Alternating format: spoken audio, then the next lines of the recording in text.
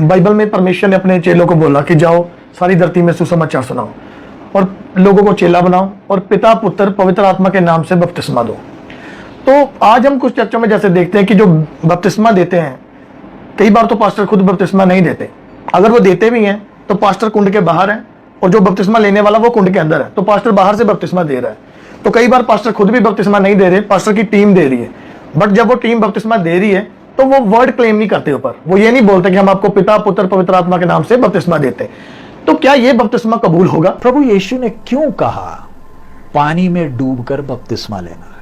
ये आज्ञा क्यों दी है और इस बपतिस्मा का महत्व क्या है, समझाने के जल्दी से मैं कहूंगा। प्रभु यीशु मसीह को बपतिस्मा लेने की जरूरत ही नहीं थी, कोई पाप किया भी नहीं है, कुमारी मरियम के द्वारा जन्म लिया, अंदर पाप है भी नहीं।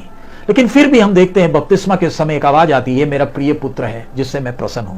प्रभु यीशु का बपतिस्मा यूहन्ना का बपतिस्मा था। यूहन्ना जो बपतिस्मा दे रहा है और हमारे बपतिस्मा में आसमान जमीन का फर्क है। यीशु बपतिस्मा क्यों ले रहा है? क्योंकि यूहन्ना जब आया, मन फिराव का प्रचार किया। यूहन्ना का बपतिस्मा का खासियत क्या है? इस्राएली लोगों के जुबली वर्ष में आया, यानी 7वां साल है जिस दिन कोई भी खेती नहीं करता है, एक साल विश्राम का है। उस समय यूहन्ना सामने प्रकट हुआ, मन फिराव का प्रचार कर रहा है, यहूदियों को कर रहा है, अन्य जातियों को नहीं। सो जब यहूदी, उन लोगों को एहसास हुआ कि ये जो पहली बार 400 साल के बाद एक नबी प्रकट हो रहा, दुनिया देखने आ रही है, तू कौन है? तब वो बोलता है मैं सिर्फ आवाज हूं। सो मन फिराव का जब प्रचार किया, लोगों को जब एहसास हुआ, और वो बोल भी रहा मेरे पीछे मेरे से भी एक भयानक आने वाला, दुनिया डर गई। हम क्या करें? मन फिराओ। मन फिराने के लिए फिर उसका चिन्ह क्या है? पानी में उतरो।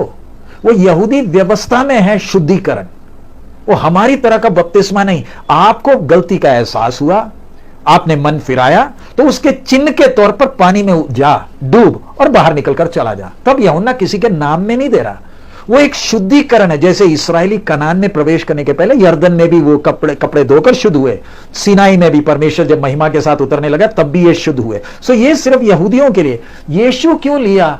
यीशु शुद्ध होने के लिए नहीं, ये जब इंसान मन फिरा रहा है तब प्रभु यीशु यर्दन में उतर रहा है। यूहन्ना व्यवस्था के लिए छाया है। यूहन्ना खुद बोलता मुझे बपतिस्मा लेने की जरूरत है, लेकिन यीशु ने कहा हमें इसी तरीके से सारी धार्मिकता को पूरी करनी है। मतलब जब हम मन फिरा रहे तब सर्वशक्तिमान मनुष्य के रूप में पानी में जाकर हमारे को पहन रहा है, हमारे पक्ष में आ गया। अगर यीशु बपतिस्मा ना ले, यीशु को क्रूस में चढ़ा नहीं सकते, कारण परमेश्वर के न्याय में निर्दोष को सजा नहीं दिया जा सकता। सो प्रभु यीशु धार्मिकता पूरी होने का मतलब पानी में जाकर यह कह रहा है कि हां परमेश्वर हम सब पापी हैं। ये बोलते हुए यीशु मनुष्य की तरफ आ रहा है, हमारा पक्ष ले रहा। इसलिए अगले दिन यूहन्ना कहता है परमेश्वर का मेमना जो जगत के पापों को उठाकर लेकर जा रहा। अब आती है बात हमारा बपतिस्मा। प्रभु यीशु ने वो आज्ञा क्यों दी? अगर मैंने यीशु को अपना जीवन दिया, यीशु को प्रभु और परमेश्वर कर कर माना है, तो अंदर के विश्वास को मैंने खुलेआम जाहिर भी करना है, ऐलान भी करना है, स्वर्ग के सामने, दुनिया के सामने, शैतान के सामने, कि मैं भी यीशु के साथ मारा गया हूं, मैं भी मर गया। पानी का बपतिस्मा हमारा दफनाई की सेवकाई है, जिसमें एक व्यक्ति स्वयं फैसला करता है कि अब मैंने दुनिया के लिए नहीं जीना, जो यीशु मरा मैं मानता हूं मैं भी उसके साथ मर गया। इसलिए बपतिस्मा लेते वक्त अक्सर मैं अपनी सेवकाई में कभी भी लोगों को हौसला नहीं देता हूं बपतिस्मा लेने के लिए। क्यों? बपतिस्मा एक ही बार है, पिता पुत्र पवित्र आत्मा के नाम में पानी में डूबकर बपतिस्मा लेने का गंभीरता क्या? एक बार बपतिस्मा ले लिया, फिर यह शरीर अब यीशु का है, अब मेरा नहीं है। अब बहुत से लोग बपतिस्मा लेने के बाद भी शीशे के सामने खड़े होकर अपने आप को खूबसूरत बनाते हैं। हे मूर्ख, तेरे को एहसास है तू शीशे में अपने आप को नहीं देख रहा, तूने बपतिस्मा के साथ यीशु को पहना है, अब ये शरीर यीशु का है। सो इसलिए जब हम पानी में उतरते हैं हमें पहले ही मालूम होता है आपने विश्वास किया है, फिर भी पानी में उतरकर हम सवाल पूछते क्यों हैं? ताकि स्वर्ग, शैतान और दुनिया ने यह सुनना है आप अपने जो अंदर फैसला लिया वो फैसला सबके सामने बता रहे हैं। और अक्सर हम पानी में उतरते हुए गाना भी क्या गाते हैं? यीशु के पीछे मैं चलने लगा। वो आपके विश्वास का प्रतीक है। हे दुनिया तू सुन ले, अलविदा। हे शैतान अलविदा, अब तेरे को मेरे ऊपर कोई हक नहीं है।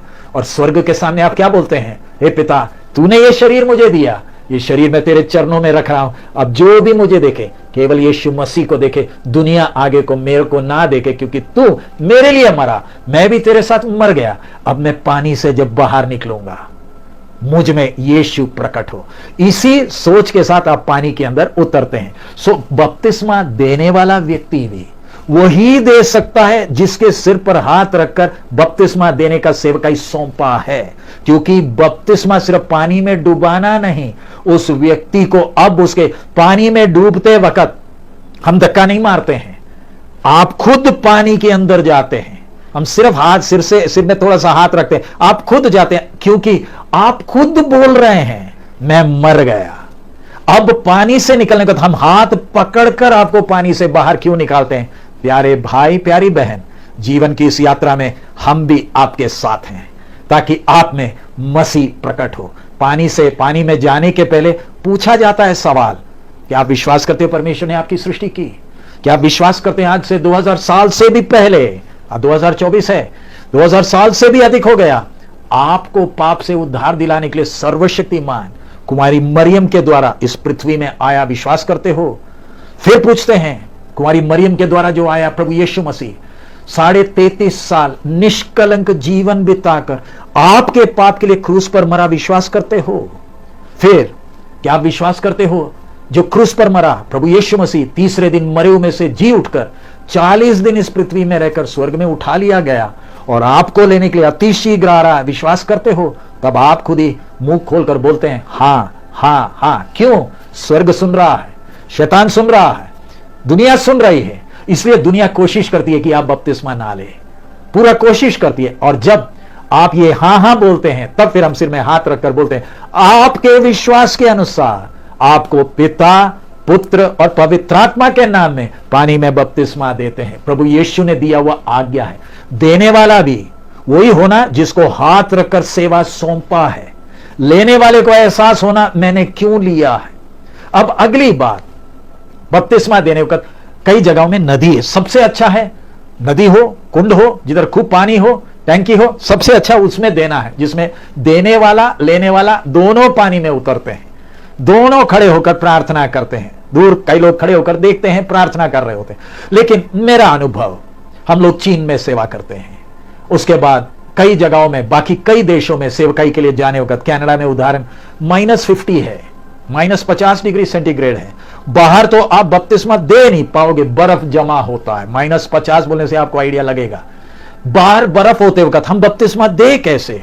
ऐसे लोगों के लिए हम घर के अंदर टैंक लेकर, उसमें 2 लोग ना आने के कारण एक व्यक्ति अंदर बपतिस्मा लेने वाला जाता है, उसको देते, क्योंकि उधर सुविधा नहीं है। हम प्रयास करते हैं बड़ा टैंकी हो जाए जिसमें दोनों, सबसे अच्छा सबसे उत्तम है जब दोनों पानी में जाकर बपतिस्मा ले। लेकिन चीन में हम खुलेआम ऐसे बपतिस्मा दे नहीं पाते। कई जगह हैं जिधर हम लोग बपतिस्मा दे नहीं पाते, रात को देना पड़ रहा है। ऐसे में हम लोग ऐसे कुछ विशेष सिचुएशन में ही हम लोग बाहर खड़े होकर बपतिस्मा देने वाले को पानी में खड़ा करके दे रहे हैं, क्योंकि अंदर जाने की जगह नहीं। तब आप बोलोगे नहीं, ऐसे तो नदी ढूंढ कर जाना। प्यारे अजीज, सब जगह का परिस्थिति एक जैसे नहीं है। भारत में भी आप देखते हैं परिस्थिति आज कैसे है, कई जगहों में खुलेआम दे नहीं पा रहे हैं। सो ऐसे में विशेष स्थानों में ही ऐसे हम करते हैं। लेकिन अति आवश्यक है, लेने वाले को मालूम होना क्यों ले रहा हूं। देने वाला वो होना है जिसको सेवा सौंपा है, और पिता, पुत्र, पवित्र आत्मा के नाम में बपतिस्मा लेना। शादी के लिए लिया है, नौकरी मिलने के लिए, चंगाई के लिए, भूत से छुटकारा पाने के लिए लिया है, तो प्यारे अजीज वो बपतिस्मा नहीं, आपने डुबकी लगाई है। ऐसे तो आप 100 बार डुबकी लगा ले, वो स्वर्ग को स्वीकार नहीं है। स्वर्ग ने स्वीकार करना है तो स्वर्ग का मापदंड है, ये वचन दिया है, इस वचन से दाएं बाएं हटने का हमें मौका नहीं।